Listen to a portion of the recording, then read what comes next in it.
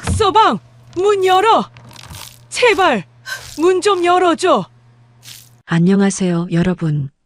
오늘은 서울 변두리 전통시장에서 갈비집을 운영해온 김정순 할머니의 이야기를 들려드리겠습니다. 68세의 정순 할머니는 정직한 마음으로 한 평생을 살아왔지만 믿었던 사위의 배신으로 생사의 갈림길에 서게 됩니다. 과연 정순 할머니는 악한 욕심에 맞서 소중한 것들을 지켜낼 수 있을까요? 서울 변두리 전통시장 골목 한편에 자리 잡은 작은 갈비집에서는 오늘도 구수한 연기가 피어오르고 있었습니다. 김정수는 아침 일찍부터 갈비 양념에 쓸 육수 냄비에 불을 피우며 하루를 시작했습니다. 올해로 68, 이 자리에서 갈비집을 운영한 지도 벌써 40년이 되어 갑니다. 사장님, 오늘도 일찍 나오셨네요. 옆 가게 김치전 아주머니가 인사를 건넵니다. 정수는 환한 미소로 대답했습니다. 그래야죠. 고기 손질하고 준비하려면 일찍 나와야죠. 정순의 갈비집은 동네에서 소문난 맛집이었습니다. 무엇보다 정직한 재료와 변하지 않는 맛으로 단골들의 신뢰를 얻고 있었죠. 벽에 걸린 낡은 시계가 오전 10시를 가리킬 무렵 갈비집 문이 열리며 익숙한 얼굴이 들어왔습니다. 사위인 박성호였습니다. 45살의 성호는 냉동육 유통업체를 운영하며 정순에게 고기를 납품해 왔습니다. 장모님, 안녕하세요. 성호는 정중하게 인사를 하며 자리에 앉았습니다. 박서방, 오늘은 왜 이렇게 일찍 왔나? 정수는 앞치마를 털며 물었습니다. 성호는 가방에서 서류 뭉치를 꺼내며 말했습니다. 이번 주 납품할 고기 계약서 가져왔어요. 장모님, 이번에도 좋은 고기 싼 값에 드릴 테니 믿고 쓰세요. 정수는 고개를 끄덕이며 계약서에 사인을 했습니다. 하지만 어쩐지 성호의 눈빛이 평소와 달랐습니다. 무언가 불안하고 초조해 보였죠. 정수는 이상하다 생각했지만 사위를 의심하고 싶지 않았습니다. 그래, 자네가 주는 고기니까 믿지. 그런데 박서방, 요즘 사업은 어떤가? 네, 덕분에 잘 되고 있어요. 성호는 애매하게 웃으며 답했습니다. 그러나 정순의 예리한 눈에는 그 웃음이 어색해 보였습니다. 마치 무언가를 숨기고 있는 것 같았죠. 점심시간이 되자 단골 손님들이 하나둘 몰려들기 시작했습니다. 사장님, 갈비 5인분이요. 사장님네 갈비가 최고지. 손님들의 칭찬을 들으며 정수는 뿌듯한 마음으로 고기를 구워주었습니다. 이런 순간들이 바로 정순이 이 일을 계속하는 이유였습니다. 오후가 되어 손님들이 뜸해지자 정수는 반찬을 준비하기 시작했습니다. 딸 지영의 집에 가져다 줄 밑반찬들이었죠. 김치, 멸치볶음, 콩나물 무침까지 정성스럽게 준비했습니다. 우리 손주들이 좋아하는 거니까. 정수는 혼자 중얼거리며 반찬통을 정리했습니다. 저녁 무렵 정수는 준비한 반찬을 들고 지영의 집으로 향했습니다. 아파트 현관문을 열고 들어서자 지영이 반갑게 맞아주었습니다. 엄마, 힘들게 오늘도 반찬 갖고 오셨어요? 그럼 우리 손주들 먹여야지. 정수는 기쁜 마음으로 반찬통들을 냉장고에 넣어주었습니다. 그런데 거실에서 텔레비전을 보던 성호가 인상을 찌푸리며 말했습니다. 장모님, 반찬은 이제 그만 좀 싸우세요.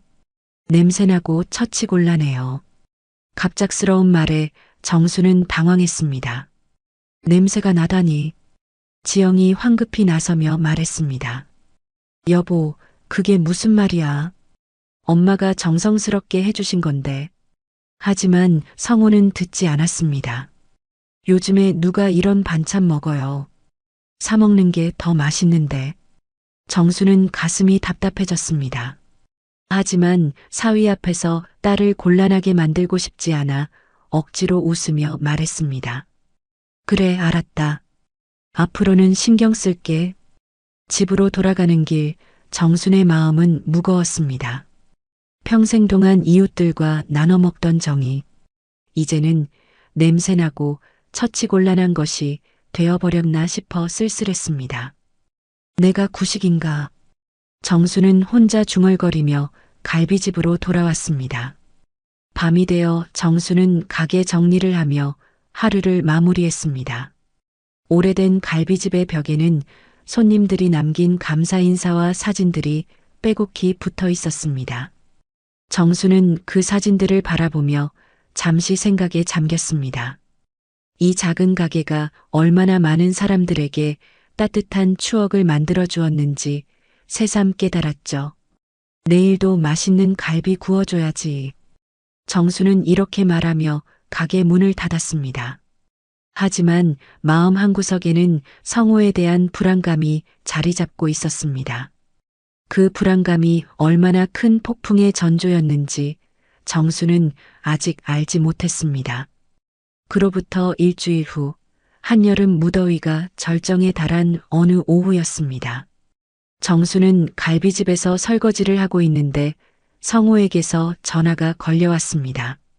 장모님, 지금 시간 되세요? 창고로 좀 나와주실 수 있을까요? 창고에? 무슨 일인데? 정수는 고개를 갸웃하며 물었습니다. 성호의 목소리가 평소보다 다급하게 들렸거든요. 이번에 새로 들어온 고기가 있는데 장모님이 직접 보시고 가셨으면 해서요. 진짜 좋은 겁니다. 장모님 눈으로 확인해 주세요. 정수는 잠시 망설였습니다. 바쁜 저녁 장사 준비를 해야 할 시간이었거든요. 하지만 사위가 이렇게 부탁하는데 거절할 수도 없었습니다. 그래, 알았네. 지금 갈게. 정수는 앞치마를 벗고 가게 문을 잠궜습니다. 성호의 냉동육 창고는 시장에서 차로 10분 거리에 있었습니다. 정순이 도착하자 성호가 반갑게 맞아주었습니다. 장모님 오시느라 수고하셨어요. 이리 오세요. 성호는 정순을 창고 앞으로 안내했습니다. 거대한 철문 앞에 서니 차가운 냉기가 새어나왔습니다. 장모님, 이번에 들어온 고기 정말 최고급이에요. 직접 보시면 깜짝 놀라실 거예요. 성호는 열쇠로 창고 문을 열었습니다. 정수는 고개를 끄덕이며 창고 안으로 들어갔습니다. 어디 한번 볼까? 창고 안은 예상했던 것보다 훨씬 추웠습니다. 영하 20도의 냉기가 온몸을 파고들었죠. 정수는 어깨를 움츠리며 말했습니다. 박서방, 너무 춥네. 어서 보여줘. 하지만 성호는 대답 대신 뒤로 물러서더니 갑자기 창고 문을 닫아버렸습니다. 박서방, 뭐 하는 거야? 정수는 당황하며 문 쪽으로 달려갔습니다. 하지만 이미 늦었습니다. 철컥, 문이 완전히 닫히는 소리가 들렸습니다. 정수는 황급히 문고리를 잡아당겼지만 꼼짝도 하지 않았습니다. 바깥에서 걸쇠가 채워지는 소리까지 들렸습니다. 박서방, 문 열어. 뭐 하는 거야? 정수는 필사적으로 문을 두드리며 소리쳤습니다. 하지만 밖에서는 아무 대답이 없었습니다. 대신 성호의 목소리가 문 너머로 차갑게 들려왔습니다. 장모님, 조용히 계세요.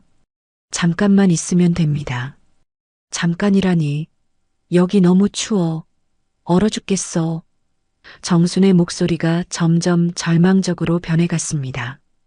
숨을 쉴 때마다 하얀 김이 나왔고 손끝이 점점 감각을 잃어가고 있었습니다. 박서방, 제발 문 열어줘. 밖에서 성호의 발걸음 소리가 멀어져 갔습니다. 정수는 믿을 수 없었습니다. 사위가 자신을 이런 곳에 가둬두고 떠나다니. 설마 이런 일이. 정수는 떨리는 목소리로 중얼거렸습니다. 시간이 흐를수록 추위는 더욱 매서워졌습니다. 정수는 창고 안을 돌아다니며 다른 출구를 찾아봤지만 소용없었습니다. 모든 곳이 단단히 잠겨 있었죠. 도대체 왜 이러는 거야? 이복에 정수는 벽에 기대어 앉으며 절망감에 빠져들었습니다. 차가운 바닥에 앉아 있으니 온몸이 얼어붙는 것 같았습니다. 정수는 손을 비비며 몸을 따뜻하게 하려 노력했지만 역부족이었습니다. 이러다가 정말 얼어 죽는 건 아니겠지? 무서운 생각이 머릿속을 스쳤습니다. 그때 밖에서 자동차 시동 소리가 들렸습니다. 정수는 다시 문을 두드리며 소리쳤습니다. 박서방, 가지마. 나 여기 있어. 박서방. 가지만 차 소리는 점점 멀어져만 갔습니다. 정수는 무릎이 꺾이며 바닥에 주저앉았습니다. 이게 무슨 일이야? 대체 왜? 정수는 떨리는 목소리로 중얼거렸습니다. 40년 동안 정직하게 살아온 자신이 왜 이런 일을 당해야 하는지 이해할 수 없었습니다. 추위는 점점 심해져서 의식이 흐려지기 시작했습니다. 정수는 가까스로 정신을 붙잡으며 생각했습니다. 내가 뭘 잘못했길래 사위가 나를 이런 식으로. 분노와 배신감이 가슴을 찔렀습니다. 하지만 무엇보다 두려웠던 건 이대로 죽을지도 모른다는 공포였습니다. 거기 누구 없어요? 시간이 얼마나 흘렀는지 모르겠습니다. 정순의 몸은 점점 감각을 잃어가고 있었고 의식도 흐릿해져 갔습니다. 지영아, 얘들아. 정수는 가족들을 생각하며 간신히 버텨내고 있었습니다. 문을 두드리고 겨우 목소리를 냈습니다. 여기 사람 있어요. 그런데 그때였습니다.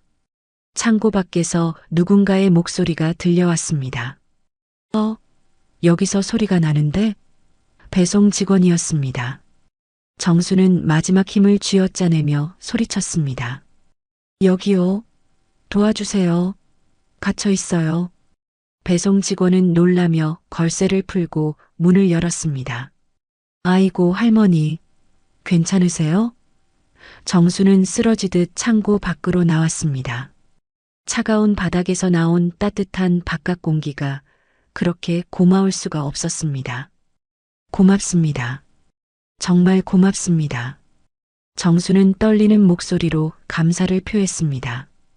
배송 직원은 급히 구급차를 불렀고 정수는 병원으로 이송되었습니다. 의사는 심각한 표정으로 말했습니다. 저체온증으로 위험한 상황이었습니다. 조금만 늦었다면. 병원 응급실에서 정수는 가까스로 정신을 차렸습니다. 따뜻한 담요가 온몸을 감싸고 있었고 링거가 팔에 꽂혀 있었습니다. 의사가 다가와서 말했습니다. 정말 다행입니다. 조금만 늦었다면 진짜 큰일 날 뻔했어요. 저체온증이 심각했거든요. 정수는 떨리는 손으로 이마를 짚으며 중얼거렸습니다. 사람이 어떻게 장모를 이런 데 가두나. 아직도 믿어지지 않았습니다. 사위가 자신을 냉동창고에 가둬두고 떠났다는 사실이 말입니다. 분명히 계획적인 일이었습니다. 우연이나 실수가 아니었죠. 그때 병실 문이 열리며 지영이 황급히 뛰어들어왔습니다. 엄마, 괜찮으세요? 정말 놀랐어요. 지영의 얼굴은 눈물범벅이었습니다. 뒤이어 성우도 들어왔는데 그의 표정은 당황스러웠지만 어딘지 어색했습니다.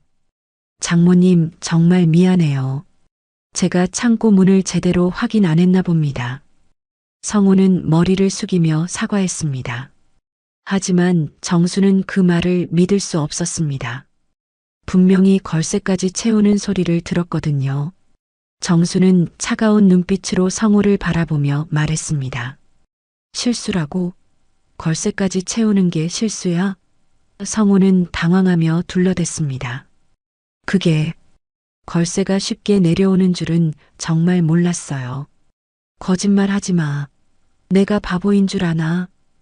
정순의 목소리가 높아졌습니다. 지영이 놀라며 말렸습니다. 엄마, 목소리 좀 낮춰요. 여기 병원이에요. 하지만 정순의 분노는 가라앉지 않았습니다. 성우는 억지 웃음을 지으며 말했습니다. 장모님, 오해하고 계세요. 제가 장모님을 해치려고 했다고 생각하세요? 저도 깜짝 놀라서 바로 구조대 불렀잖아요. 하지만 정수는 속지 않았습니다. 구조대가 아니라 배송 직원이 우연히 발견한 것이었거든요. 병원에서 하루를 보낸 후 정수는 집으로 돌아왔습니다. 그런데 지영이 따라와서는 무릎을 꿇고 앉더니 눈물을 흘리기 시작했습니다. 엄마, 제발. 박서방을 경찰에 신고하지 말아주세요. 뭐라고? 정수는 황당해서 말을 잃었습니다. 지영은 계속 울면서 말했습니다. 박서방이 요즘 사업 때문에 스트레스가 너무 많아요. 정신이 없어서 그런 거예요. 제발 이번만 넘어가 주세요. 정수는 믿을 수 없다는 표정으로 딸을 바라봤습니다. 지영아, 너 정신이 나간 거야? 내 엄마가 얼어 죽을 뻔했는데 스트레스 때문이라고? 지영은 더욱 울먹이며 말했습니다. 엄마도 안 다치셨잖아요. 박서방 사업이 망하면 우리 식구들 다 굶어 죽어요. 굶어 죽기는 무슨, 내가 일하면 되잖아. 정순의 목소리가 격해졌습니다. 하지만 지영은 고개를 저었습니다. 엄마, 제가 뭘 할 줄 알아요? 결혼하고 나서 집에만 있었는데.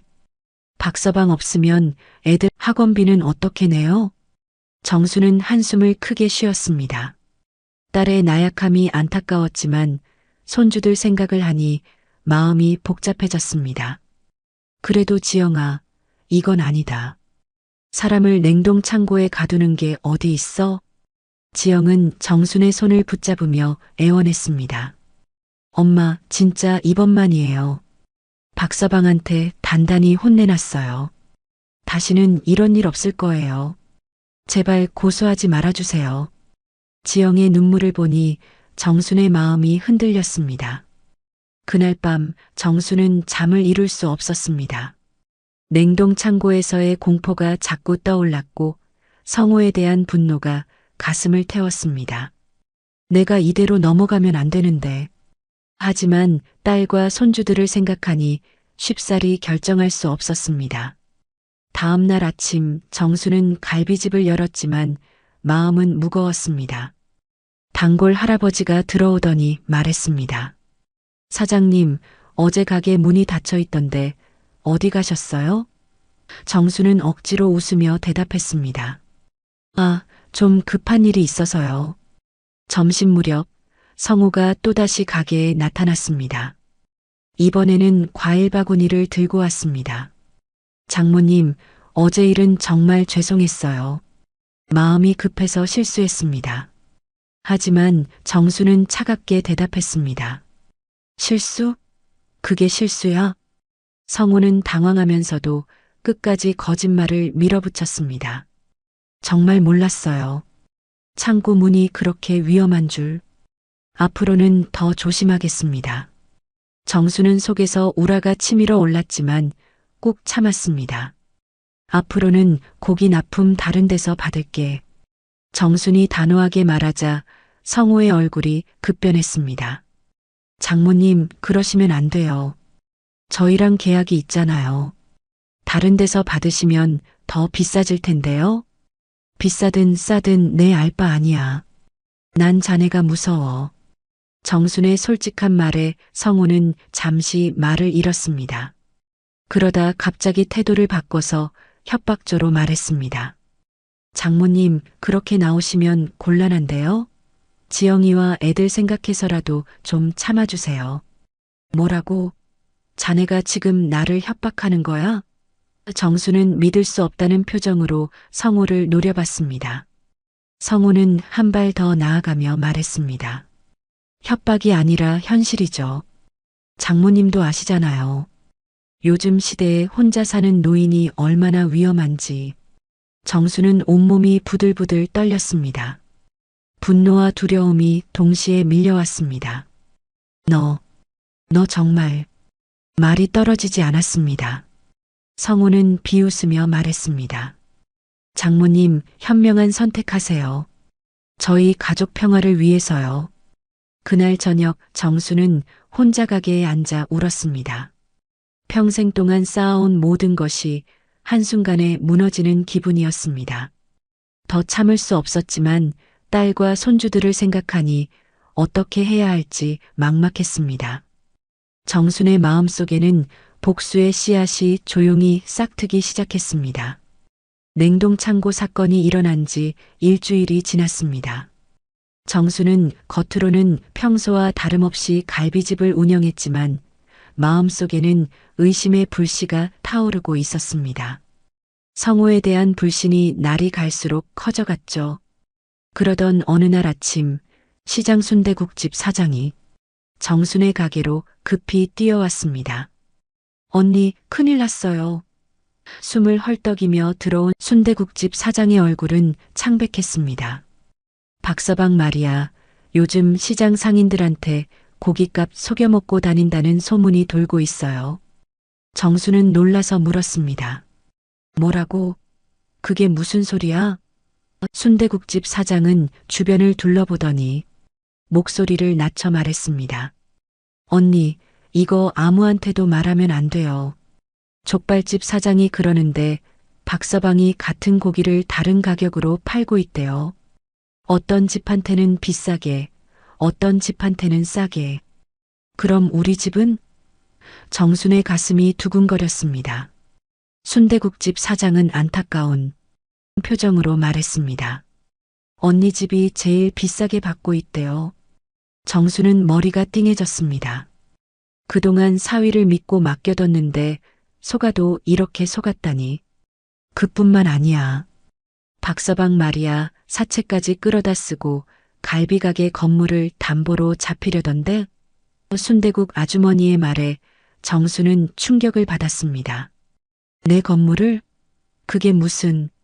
정수는 급히 가게 금고에서 서류들을 꺼내기 시작했습니다.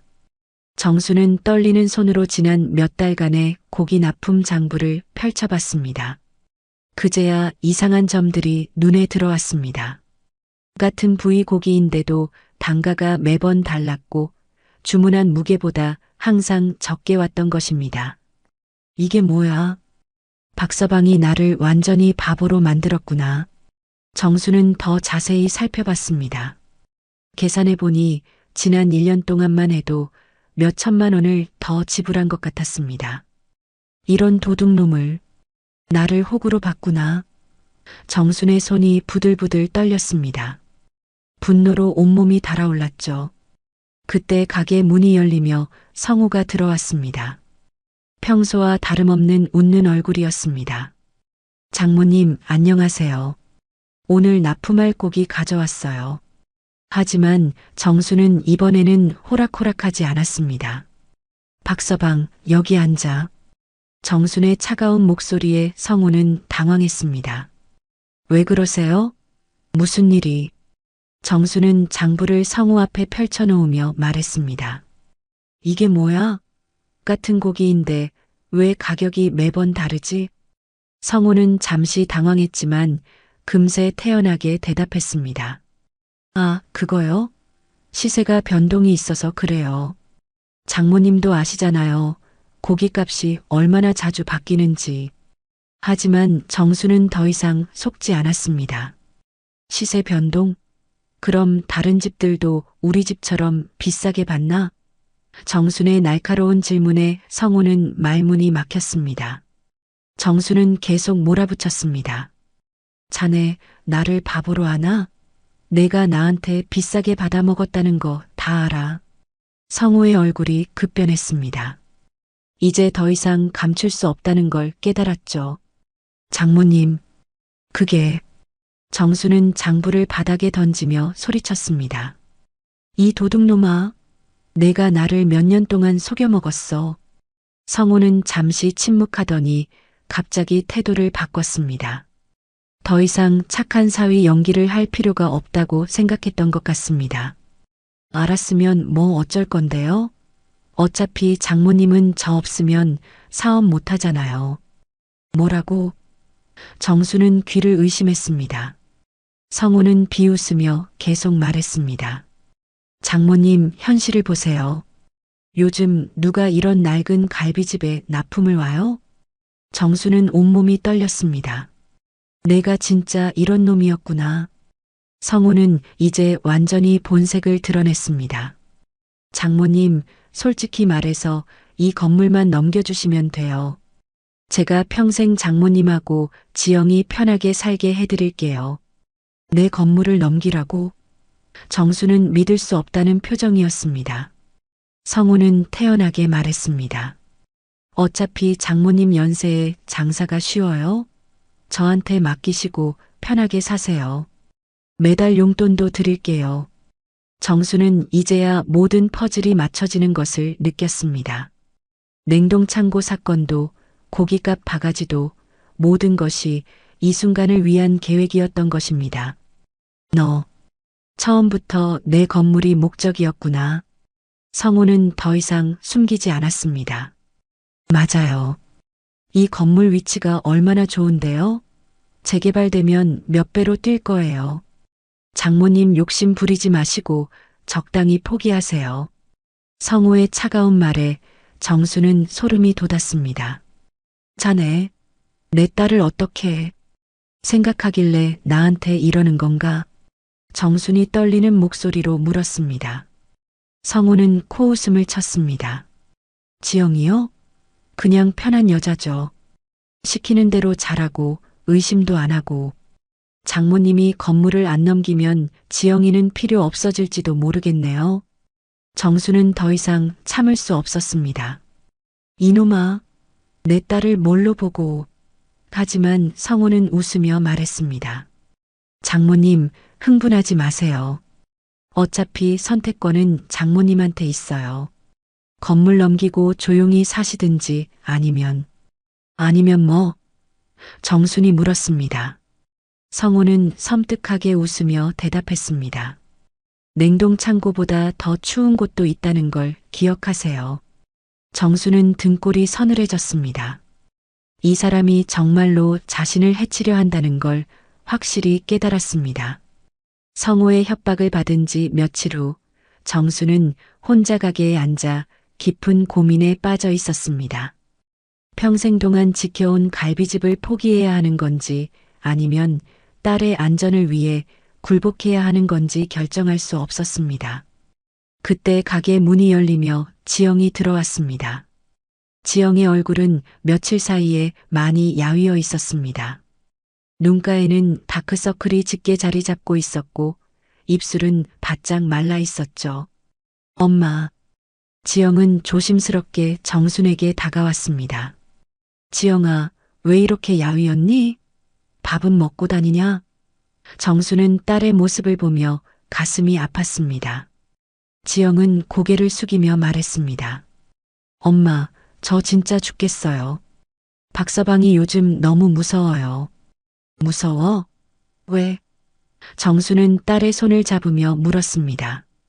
지영의 손은 차갑게 식어 있었습니다. 지영은 눈물을 흘리기 시작했습니다. 박서방이 술만 마시면 저한테 화풀이해요. 엄마가 건물 안 넘긴다고 하니까 미쳐가지고. 뭐라고? 너한테 손을 댔어? 정수는 딸의 팔을 자세히 보니 멍자국이 있었습니다. 지영은 급히 소매를 내리며 말했습니다. 아니에요, 엄마. 그냥 실수로 부딪힌 거예요. 정수는 딸의 거짓말을 한 번에 알아차렸습니다. 지영아, 엄마한테 거짓말하지 마. 그 자식이 너를 때렸구나. 지영은 더 이상 숨길 수 없다는 듯 울음을 터뜨렸습니다. 엄마, 저 정말 무서워요. 박서방이 엄마 건물 못 가져가면 저랑 애들 다 죽인다고 해요. 정수는 온몸에 소름이 돋았습니다. 그 미친놈이 어떻게 자기 처자식한테. 지영은 정순의 치마폭을 붙잡으며 애원했습니다. 엄마, 제발. 박서방 말 들어줘요. 건물만 넘겨주면 우리 다 살 수 있어요. 넘겨주라고? 그럼 우리는 어떻게 살라고? 정수는 딸의 무책임한 말에 화가 났습니다. 지영은 울먹이며 대답했습니다. 박서방이 매달 용돈 주기로 했어요. 월세 없는 곳에서 편하게 살 수 있대요. 정수는 딸의 순진함에 한숨이 나왔습니다. 지영아, 정신 차려. 그런 약속을 믿냐? 건물 넘기고 나면 우리는 그냥 짐짝이야. 지영은 고개를 저으며 말했습니다. 그래도 다른 방법이 없어요. 박서방 화나면 정말 무서워요. 그때 갑자기 가게 문이 벌컥 열리며 성우가 들어왔습니다. 얼굴이 새빨갛게 달아올라 있는 걸 보니 술을 마신 것 같았습니다. 당신, 여기서 뭐해? 성우는 지영을 향해 소리쳤습니다. 지영은 깜짝 놀라며 벌떡 일어났습니다. 여보, 왜 이렇게 일찍? 성우는 지영의 말을 끊으며 말했습니다. 집에 없길래 찾고 있었어. 여기서 무슨 헛소리를 하고 있었어? 정수는 성우의 취한 모습을 보며 역겨움을 느꼈습니다. 자네 지금 취했구만. 지영이는 왜 찾아? 성우는 정순을 노려보며 말했습니다.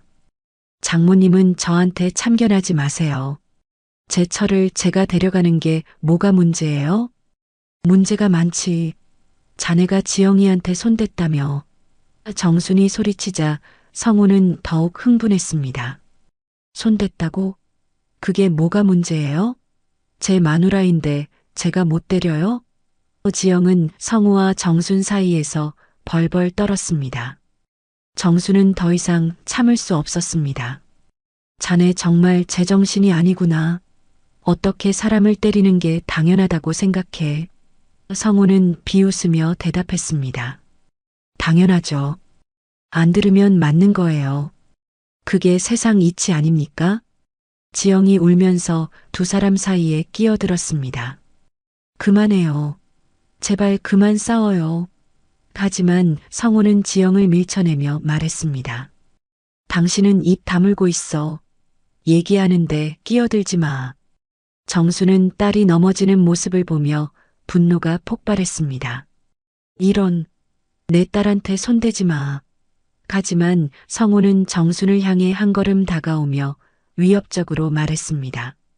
장모님도 조심하세요. 냉동창고는 시작에 불과했어요. 뭐라고? 자네 지금 나를 또 협박하는 거야? 정수는 성우의 뻔뻔함에 기가 막혔습니다. 성우는 차갑게 웃으며 말했습니다. 협박이 아니라 충고예요.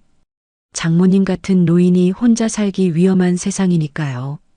지영은 바닥에서 일어나며 울먹였습니다. 엄마, 제발, 박서방 말 들어줘요. 우리 애들 생각해서라도. 정수는 딸의 말에 가슴이 찢어졌습니다. 손주들의 얼굴이 떠올랐죠. 성우는 지영의 말에 힘을 얻은 듯 말했습니다. 맞아요, 어머니. 애들 생각해서라도 현명한 선택하세요. 저도 어머니를 해치고 싶지 않아요. 하지만 어머니가 계속 고집 부리시면. 성우는 말을 멈추고 의미심장한 웃음을 지었습니다. 정수는 절망감에 빠져들었습니다. 평생 지켜온 갈비집이 단순한 가게가 아니었습니다. 남편이 살아있을 때부터 함께 피와 땀으로 일군 인생의 전부였죠. 하지만 딸과 손주들의 안전을 생각하면 포기해야 하는 건지 혼란스러웠습니다. 내가 어떻게 해야 하나? 정수는 주저앉으며 중얼거렸습니다. 마음속에서는 분노의 불꽃이 타오르고 있었지만 현실의 벽 앞에서는 무력했습니다. 성우의 악독함을 이제야 제대로 깨달은 정수는 절망의 나락으로 떨어져 갔습니다. 성우와 지영이 떠난 후 정수는 혼자 가게에 남아 깊은 절망에 빠져 있었습니다. 평생 지켜온 갈비집을 포기해야 하는 건지 딸과 손주들을 위해 굴복해야 하는 건지 답을 찾을 수 없었습니다. 도대체 어떻게 해야 되는 거야? 정수는 빈 가게에서 혼자 중얼거렸습니다. 그런데 그때였습니다. 성우가 급히 나가면서 떨어뜨린 서류 뭉치가 바닥에 흩어져 있는 것을 발견했습니다. 정수는 그 서류들을 줍다가 한 장을 자세히 들여다봤습니다. 거기에는 납품 계약서라고 적혀 있었는데 내용이 이상했습니다. 이게 뭐지? 정수는 안경을 쓰고 서류를 자세히 읽어봤습니다. 그런데 거기에는 충격적인 내용들이 적혀 있었습니다. 불법 수입육을 국산으로 둔갑시켜 거래한 내용, 식품안전청 검사를 피하는 방법, 그리고 다른 업체들과의 뒷거래 내역까지 상세히 기록되어 있었습니다. 이 사람이 이런 일까지. 정수는 손이 떨렸습니다. 더 놀라운 것은 성우가 거래처 여직원과 불륜 관계를 맺으면서 회사 돈을 빼돌린 내역까지 있었다는 것입니다. 김미영과의 만남 비용 300만 원, 호텔비 및 선물비 500만 원. 이런 식으로 적나라하게 기록되어 있었습니다. 정수는 서류를 더 자세히 살펴봤습니다. 그러자 더욱 충격적인 사실이 드러났습니다. 성우가 여러 업체에서 동시에 돈을 빌리고 그 돈으로 투기를 하다가 거액의 손실을 입었다는 내용이었습니다. 빚이 10억이 넘는다고? 정수는 믿을 수 없었습니다. 서류에는 성우의 계획도 자세히 나와 있었습니다. 정순의 갈비집 건물을 담보로 잡고 그 돈으로 빚을 갚은 다음 건물을 팔아서 도망갈 계획이었던 것입니다. 심지어 장모 제거 계획이라는 섬뜩한 제목의 메모도 있었습니다. 제거 계획이라니. 정수는 온몸에 소름이 돋았습니다. 냉동창고 사건도 진짜 살인 시도였다는 것을 확신하게 되었죠. 그 메모에는 1차 시도 실패, 2차는 더 확실한 방법으로라고 적혀 있었습니다. 정수는 더 놀라운 사실을 발견했습니다. 성우가 지영과 이혼을 하려는 듯 이혼 신청서 양식이 있었습니다. 이 미친놈이 처음부터 계획된 일이었구나. 정수는 분노로 온몸이 떨렸습니다. 딸의 행복도 손주들의 미래도 모두 성우의 탐욕을 위한 도구였던 것입니다. 더 끔찍한 것은 성우가 건물을 손에 넣으면 지영과 아이들을 어떻게 할 것인지에 대한 계획까지 있었다는 것입니다. 서류에는 이혼 후 계획이라는 제목으로 섬뜩한 내용이 적혀 있었습니다. 지영이는 사고로 처리, 보험금으로 추가 수익 확보라는 말을 보고 정수는 기절할 뻔했습니다. 이 악마 같은 놈이 내 딸까지. 정수는 급히 휴대폰을 꺼내 전화를 걸었습니다. 오래전부터 알고 지내던 이웃집 지인이었는데 전직 경찰이었습니다. 김 씨, 저 정순입니다. 급한 일이 생겼는데 만날 수 있을까요? 김 아저씨는 정순의 다급한 목소리를 듣고 바로 갈비집으로 와주었습니다. 사장님, 무슨 일이에요? 얼굴이 왜 이렇게 창백해요? 정수는 떨리는 손으로 서류들을 김 아저씨에게 보여줬습니다. 김 아저씨는 서류를 보더니 표정이 굳어졌습니다. 이거 심각한데요? 이런 증거가 있으면 저 사람 완전히 끝장날 텐데요. 정수는 눈물을 흘리며 말했습니다. 김 씨, 도와주세요. 제가 어떻게 해야 할지 모르겠어요. 김 아저씨는 신중하게 말했습니다. 사장님, 이 서류들이 진짜라면 저 사람은 사기죄, 횡령죄, 살인미수죄까지 여러 죄목으로 감옥에 갈 수 있어요. 하지만 조심해야 해요. 증거를 확보했다는 걸 알면 더 위험해질 수 있거든요. 그럼 어떻게 하죠? 정순이 물었습니다. 김 아저씨는 계획을 세워줬습니다.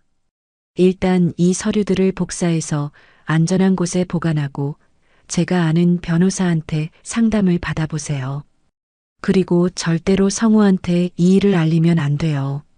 정수는 고개를 끄덕였습니다. 네, 알겠어요.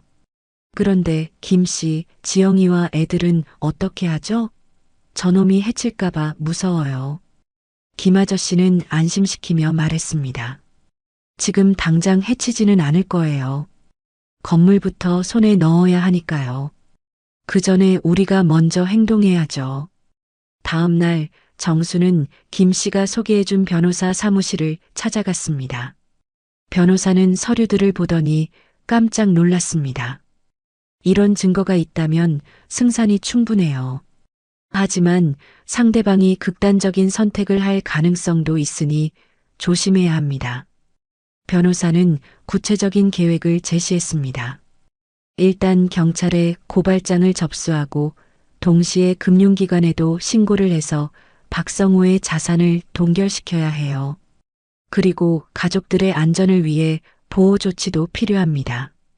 정수는 마음을 굳혔습니다. 변호사님 해주세요.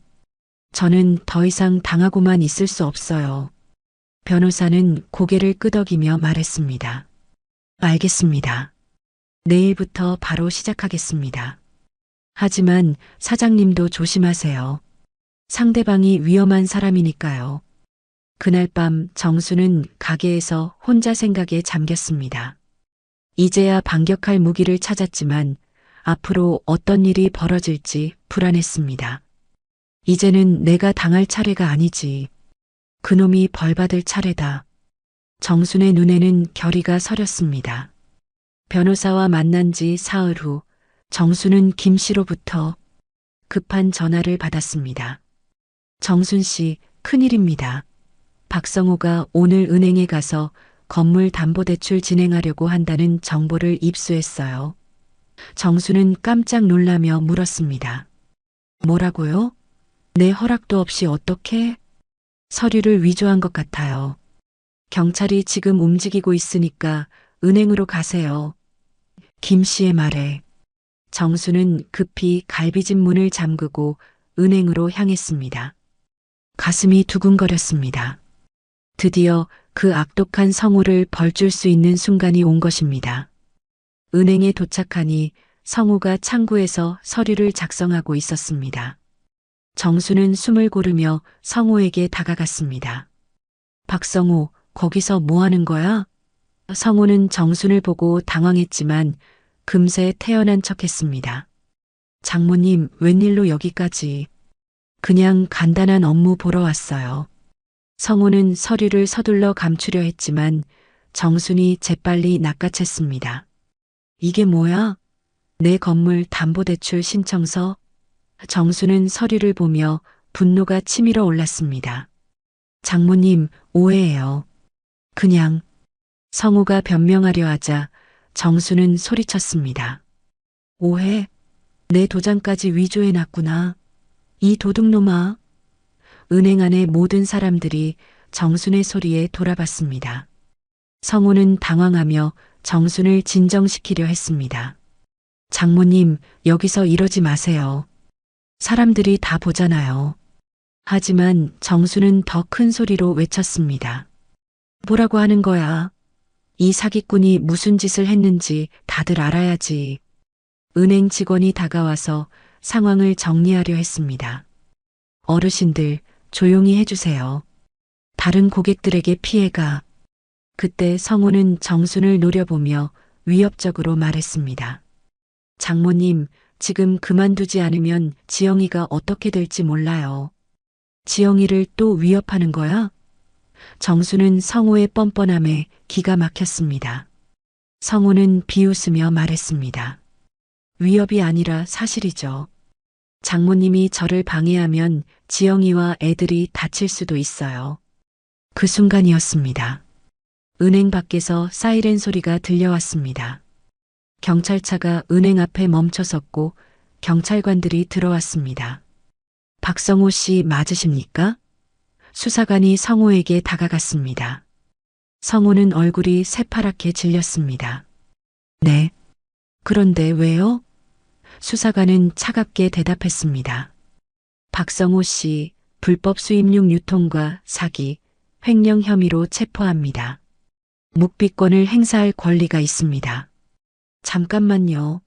이건 오해예요. 성호는 발버둥 쳤지만 수갑이 채워졌습니다. 정수는 그 모습을 보며 속이 후련했습니다. 드디어 정의가 실현되는 순간이었습니다. 하지만 성우는 수갑이 채워지면서도 정순을 향해 소리쳤습니다. 장모님, 이러면 안 돼요. 저 망하면 지영이와 애들도 다 끝이에요. 생각해 보세요. 정수는 차갑게 대답했습니다. 내 욕심 때문에 이미 다 망가졌어. 내 딸도 내 손주들도 너 때문에 지옥을 살았잖아. 장모님, 제발 한 번만 기회를 주세요. 저 없으면 지영이는 정말 혼자서 아무것도 못해요. 성호는 끌려가면서도 계속 소리쳤습니다. 하지만 정수는 흔들리지 않았습니다. 박성호, 내가 지영이를 그렇게 만든 거야. 독립심까지 빼앗아서 내게 의존하게 만들었지. 정순의 말에 성호는 더욱 발악했습니다. 그게 뭐가 잘못됐어요? 여자는 남자한테 의존해야 하는 거 아닙니까? 의존이라고? 내가 한 건 의존이 아니라 지배야. 정수는 성호를 향해 소리쳤습니다. 성호는 경찰차에 태워지면서도 마지막까지 협박했습니다. 장모님, 이러다 다 죽습니다. 날 망하게 하면 당신 딸도 끝이야. 정수는 성호를 바라보며 단호하게 말했습니다. 사람은 돈으로 살 수도 없고 함부로 짓밟을 수도 없다. 내가 그걸 몰랐지. 성호는 경찰차 안에서 미친 듯이 소리쳤습니다. 내가 감옥에 가면 지영이는 어떻게 살아요? 애들은 어쩌고. 그건 내가 미리 생각했어야지. 이제 와서 가족 핑계 대지 마. 정순의 차가운 말에 성호는 절망했습니다. 경찰차가 출발하면서 성호의 외침도 멀어져 갔습니다. 은행에서 나온 정수는 김 씨와 마주쳤습니다. 사장님, 수고하셨어요. 이제 끝났습니다. 하지만 정수는 고개를 저었습니다. 아직 끝난 게 아니에요. 지영이가 더 큰 문제예요. 집으로 돌아가는 길, 정수는 복잡한 심정이었습니다.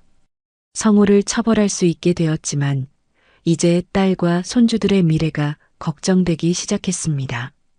지영이 혼자서 아이들을 키울 수 있을지, 경제적으로 어떻게 살아갈지 막막했습니다.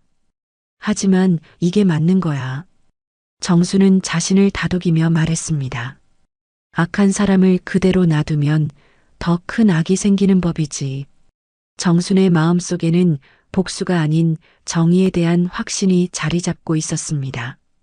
그날 저녁 정수는 갈비집에서 혼자 성우가 끌려가던 모습을 떠올렸습니다. 이제는 내가 당할 차례가 아니지. 그놈이 벌받을 차례였어. 정수는 이렇게 중얼거리며 가게 정리를 시작했습니다.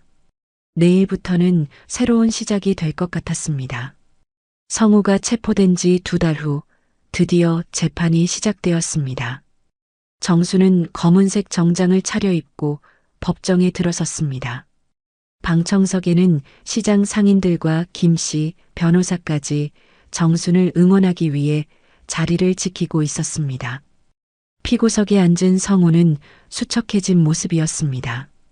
감옥에서 2달을 보낸 탓인지 얼굴이 창백하고 눈가에는 다크서클이 짙게 자리 잡고 있었습니다. 성우는 정순을 보더니 애원하는 듯한 표정을 지었지만 정순은 차갑게 외면했습니다. 판사가 재판정에 들어오자 모든 사람들이 일어섰습니다. 박성호 사기, 횡령, 살인미수 사건을 개정합니다. 판사의 엄숙한 목소리가 법정에 울려 퍼졌습니다. 성우는 떨리는 목소리로 대답했습니다. 네, 알겠습니다.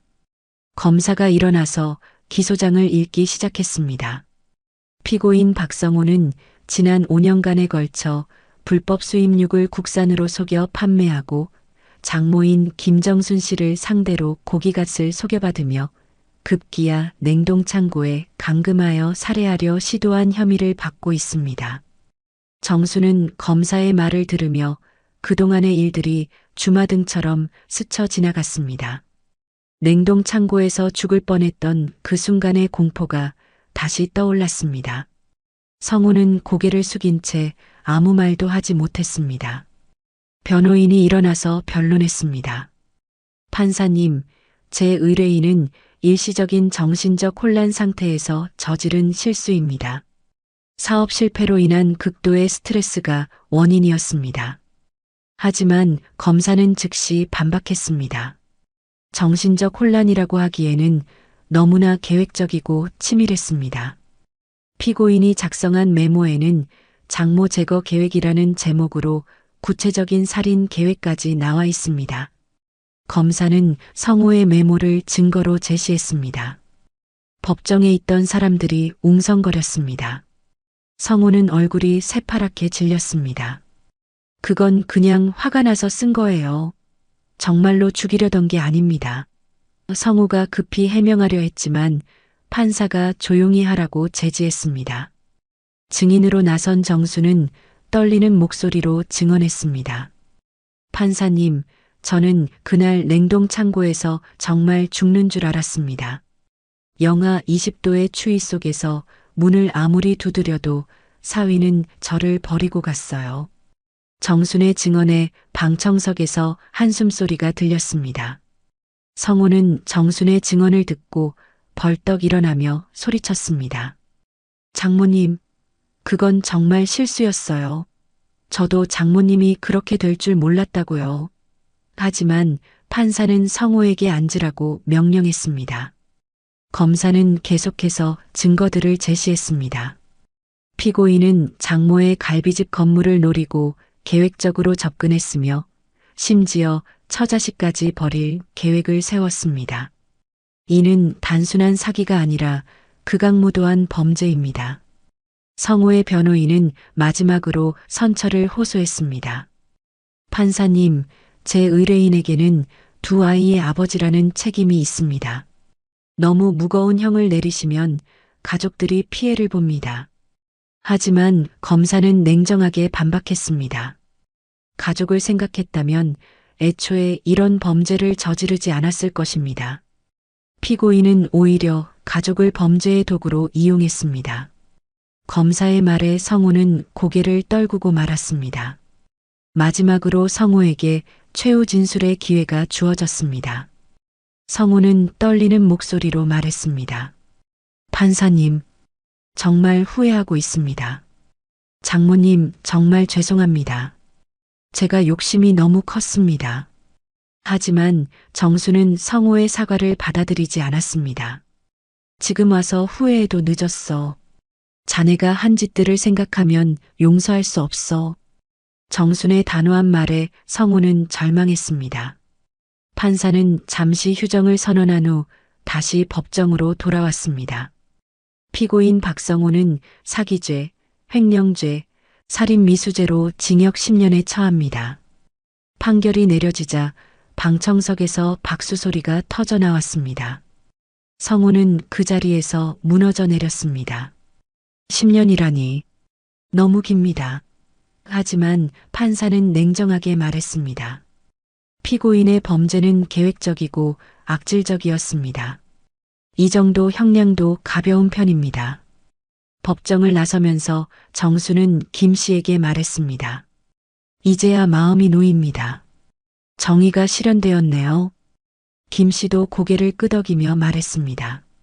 정순 씨가 용감하게 싸운 덕분입니다. 하지만 정순의 마음 한구석에는 걱정이 있었습니다. 이제 지영과 손주들을 어떻게 돌봐야 할지, 그들이 상처받지 않게 하려면 어떻게 해야 할지 고민이 되었습니다. 사위는 벌을 받았지만 진짜 어려움은 이제부터 시작일 것 같았습니다. 성호가 구속된 지 석 달이 지났습니다. 드디어 끝났구나. 하지만 진짜 문제는 그 이후였습니다. 지영은 남편이 감옥에 간 충격으로 며칠 동안 집에서 나오지 않았습니다. 정수는 걱정이 되어 지영의 집을 찾아갔습니다. 현관문을 열고 들어가니 지영이 소파에 멍하니 앉아 있었습니다. 지영아, 밥은 먹었니? 정순이 다가가자 지영은 원망 가득한 눈으로 정순을 바라봤습니다. 엄마, 만족하세요? 박서방 감옥 보내서 속이 시원하세요? 지영의 차가운 말에 정수는 가슴이 아팠습니다. 지영아, 그게 무슨 소리야? 내 남편이 얼마나 나쁜 놈인지 이제야 알았잖아. 정수는 딸을 이해시키려 했지만 지영은 들으려 하지 않았습니다. 나쁜 놈이라도 제 남편이에요. 엄마가 무슨 권리로 제 남편을 감옥에 보내요? 정수는 딸의 어리석음에 화가 났습니다. 권리라고? 나를 죽이려던 놈한테 무슨 권리가 필요해? 하지만 지영은 계속 울먹이며 말했습니다. 그래도 애들 아빠인데 이제 우리는 어떻게 살라고요? 애들 아빠라고? 그놈이 너희들 다 버릴 계획까지 세웠다는 걸 알고도 그런 소리 하냐? 정수는 성호의 서류에 있던 끔찍한 내용을 말해줬지만 지영은 믿으려 하지 않았습니다. 거짓말이에요. 박서방이 그런 사람 아니에요. 지영은 고개를 저으며 부인했습니다. 정수는 답답해서 소리쳤습니다. 지영아, 정신 차려. 증거까지 있는데 뭘 더 봐야 하냐? 그때 안방에서 12살 손주 민수가 나왔습니다. 할머니, 엄마가 왜 계속 울어요? 민수의 순진한 질문에 정수는 마음이 아팠습니다. 아이에게 아빠가 나쁜 사람이라고 어떻게 설명할 수 있을까요? 민수야, 할머니가 맛있는 거 해줄게. 엄마랑 같이 할머니 집에서 살자. 정수는 손주를 안으며 말했습니다. 하지만 지영은 펄쩍 뛰며 반대했습니다. 싫어요. 전 엄마 집에 안 가요. 박서방 없는 곳은 집이 아니에요. 정수는 딸의 고집에 한계를 느꼈습니다. 지영아, 그럼 너 혼자 어떻게 살 거야? 돈은 어떻게 벌고? 지영은 울면서 대답했습니다. 몰라요. 그냥 박서방 나올 때까지 기다릴 거예요. 10년을 기다린다고? 그동안 애들은 어떻게 키우고? 정순이 소리치자 지영도 질세라 소리쳤습니다. 그건 엄마가 생각할 일이에요. 엄마가 박서방 감옥 보냈으니까 엄마가 책임져요. 정수는 딸의 무책임한 말에 어이가 없었습니다. 내가 책임지라고? 내 남편이 범죄자인데? 지영은 히스테릭하게 웃으며 말했습니다. 범죄자면 어때요? 저는 박서방 아니면 못 살아요. 그때 8살 손주 지훈이도 나와서 울기 시작했습니다. 할머니, 아빠는 언제 와요? 아빠 보고 싶어요. 아이의 울음소리에 정수는 가슴이 미어졌습니다. 하지만 지영은 아이를 안으며 정순을 원망했습니다. 봐요, 엄마. 애들이 아빠 때문에 얼마나 힘들어하는지요. 이제 만족해요? 지영의 말에 정수는 참을 수 없었습니다. 지영아, 내가 정말 그런 아빠를 애들한테 보여주고 싶어? 범죄자 아빠를? 범죄자라도 애들한테는 아빠예요. 엄마는 왜 그걸 몰라요? 지영은 울부짖으며 말했습니다. 정수는 딸의 어리석음에 절망했습니다. 그렇게 며칠을 실랑이한 끝에 지영은 결국 아이들과 함께 갈비집으로 돌아왔습니다. 처음에는 어색했지만 시간이 지나면서 갈비집에는 다시 활기가 돌기 시작했습니다. 지영은 마지못해 가게 일을 도왔고 아이들은 할머니와 함께 있는 것을 좋아했습니다. 할머니, 이 갈비 정말 맛있어요. 민수가 맛있게 먹는 모습을 보며 정수는 뿌듯했습니다. 시장 단골 손님들도 정순의 사연을 알고 더욱 자주 찾아왔습니다. 정순 사장님, 정말 대단하세요. 그런 나쁜 놈을 혼내주시다니. 이 집 고기는 정말 정직해서 믿을 수 있어요. 어느 날 저녁 정수는 지영과 함께 가게 정리를 하며 말했습니다. 지영아, 이제 정말 새로 시작하자. 내가 할 수 있는 일이 많아. 지영은 처음에는 시큰둥했지만 점점 가게 일에 재미를 느끼기 시작했습니다. 엄마, 손님들이 저한테도 친절하게 대해주시네요. 지영이 신기해하며 말했습니다. 정수는 웃으며 대답했습니다. 당연하지. 내 딸이니까. 사람들이 우리 가족을 얼마나 아끼는지 모르지? 몇 달이 지나자 지영은 완전히 달라졌습니다. 예전에 나약했던 모습은 사라지고 씩씩하고 밝은 여성으로 변했습니다. 엄마, 제가 갈비 양념 만드는 법도 배우고 싶어요. 제대로 하고 싶거든요. 정수는 딸의 변화를 보며 감격했습니다. 지영아, 내가 이렇게 씩씩할 줄 몰랐네. 역시 내 딸이야. 지영은 웃으며 말했습니다. 엄마가 가르쳐 주신 대로 정직하게 열심히 살면 되는 거였어요.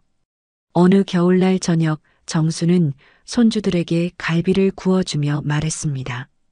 민수야, 지훈아, 할머니가 너희들한테 중요하게 할 얘기가 있어. 아이들은 고기를 먹으며 할머니를 바라봤습니다. 사람은 결국 진심으로 살아야 하는 거야. 욕심이 아무리 커도 사랑과 믿음을 무너뜨리면 남는 건 파멸뿐이지. 정순의 말에 민수가 물었습니다. 할머니, 그럼 아빠는 욕심 때문에 벌 받은 거예요? 정수는 잠시 생각하더니 대답했습니다. 그래, 민수야. 아빠는 욕심이 너무 커서 소중한 걸 잃어버렸어. 하지만 너희들은 할머니, 엄마와 함께 바르게 살면 돼. 지훈이도 고개를 끄덕이며 말했습니다. 할머니, 저도 할머니처럼 바른 사람이 될래요. 그날 밤 정수는 가게에서 하루를 마무리하며 생각했습니다. 냉동 창고에서 죽을 뻔했던 그날의 공포, 성호의 배신, 딸의 눈물, 그리고 마침내 찾아온 평화까지 모든 것이 꿈 같았습니다. 냉동 창고에 가둔 사위의 욕심은 얼어붙어 사라졌지만 내 삶은 오히려 더 단단해졌구나. 정수는 이렇게 중얼거리며 미소를 지었습니다. 시장의 네온사인이 갈비집 창문을 따뜻하게 비추고 있었고 내일도 많은 손님들이 찾아올 것이라는 확신이 들었습니다. 정수는 이제 시장에서 진짜 어른으로 존경받고 있었고 손주들에게는 든든한 버팀목이 되어주고 있었습니다. 악한 욕심은 결국 스스로를 파멸로 이끌었지만 정직한 삶은 더욱 단단한 행복을 가져다 주었습니다. 그동안 정직하게 살아온 내 삶이 헛되지 않았다는 걸 깨달았습니다. 사람의 욕심이 얼마나 무서운 건지, 그리고 가족이라는 이름으로 얼마나 큰 상처를 줄 수 있는지 뼈저리게 느꼈어요. 하지만 끝까지 포기하지 않고 싸워서 내 딸과 손주들을 지켜낼 수 있었고, 이제는 진짜 가족의 소중함을 알게 되었습니다.